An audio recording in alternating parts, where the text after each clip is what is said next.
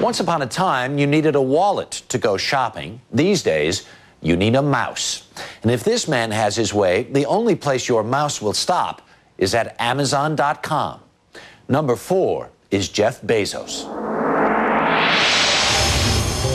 This is the story of a 35-year-old son of a Cuban immigrant and his rise from online bookseller to billionaire.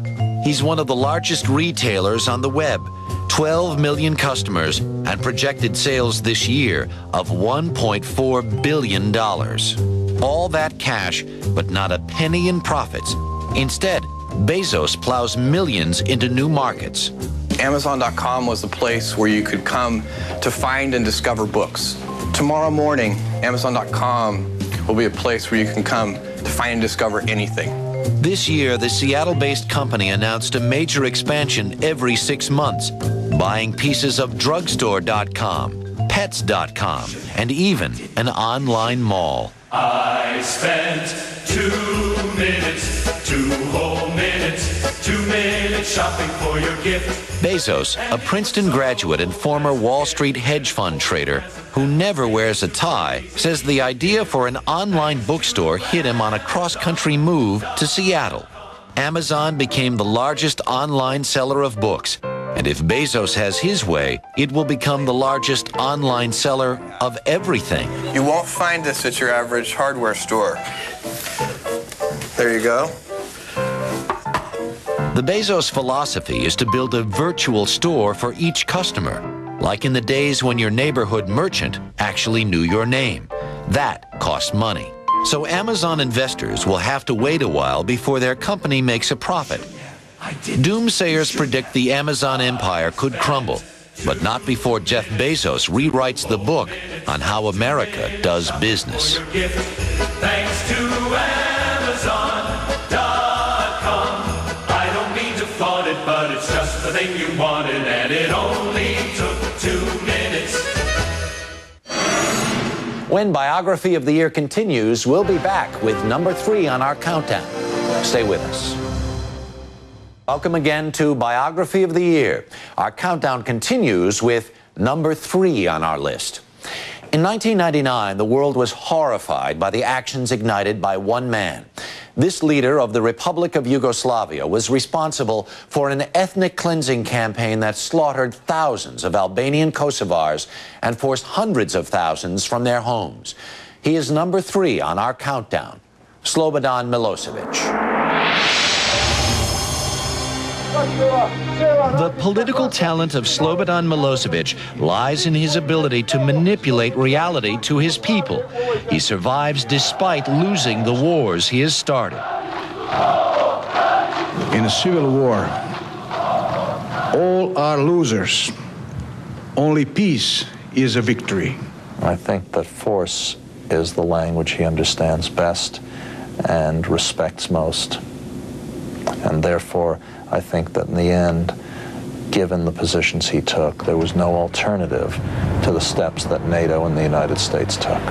On March 24th, 1999, NATO began its bombing campaign over Kosovo, an assault like nothing the world had witnessed since the war in the Persian Gulf.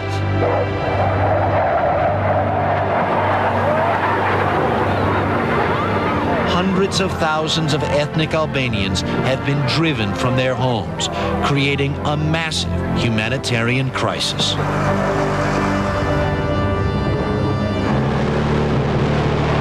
As the war provoked by Slobodan Milosevic continued, revelations of atrocities and ethnic cleansing committed by his forces prompted the War Crimes Tribunal at The Hague to act.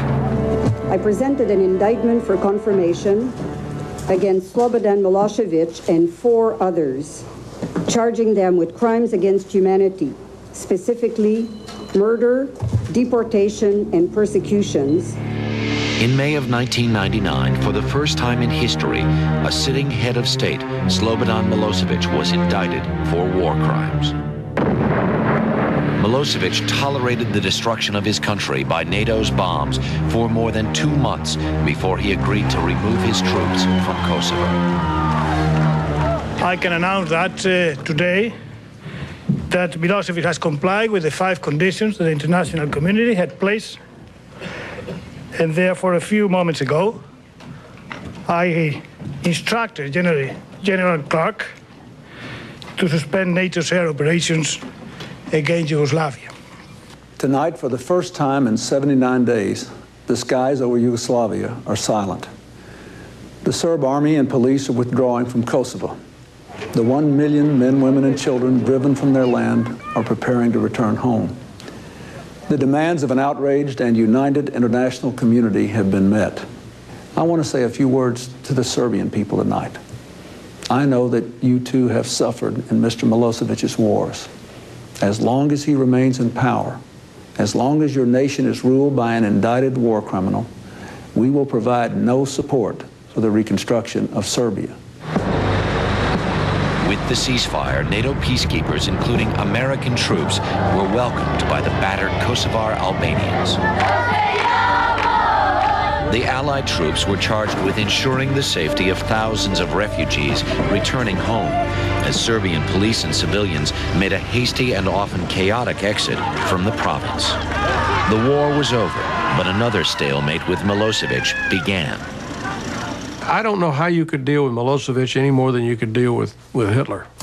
I mean, Milosevic has clearly, in my view, signed his death warrant in terms of being a member of any kind of a reasonable organization of leaders of this world. I think, quite frankly, that there are going to be an awful lot of people screaming for his immediate arrest and sent to The Hague. It's entirely possible that his own countrymen will do him in once they realize the danger, or rather the destruction that his own obstinance has caused. After the war, the opposition to Milosevic mounted. Demonstrations took place calling for his resignation. For the last 10 years, we've been tortured by Milosevic, and I think he should go. But Milosevic and his family survived, even thrived. His son opened his amusement park called Bambi Park to the Serb public just a month after the war ended. Despite the hardship brought by his war to his own people and the pain of continuing international sanctions, the indicted war criminal held on to his power. I would describe the sickening, sick man for power. Men will do anything to stay in power. He has no scruples. He has no word. He never kept his word. He lies consistently.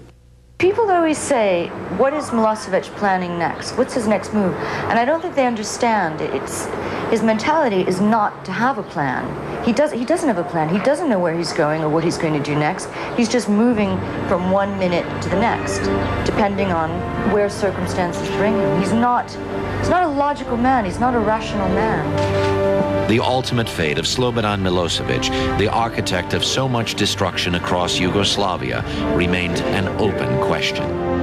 I'm very surprised that he has lasted as long as he has, considering the grief that he's brought to the Serbian people. It could end anyway. It could end in a violent episode.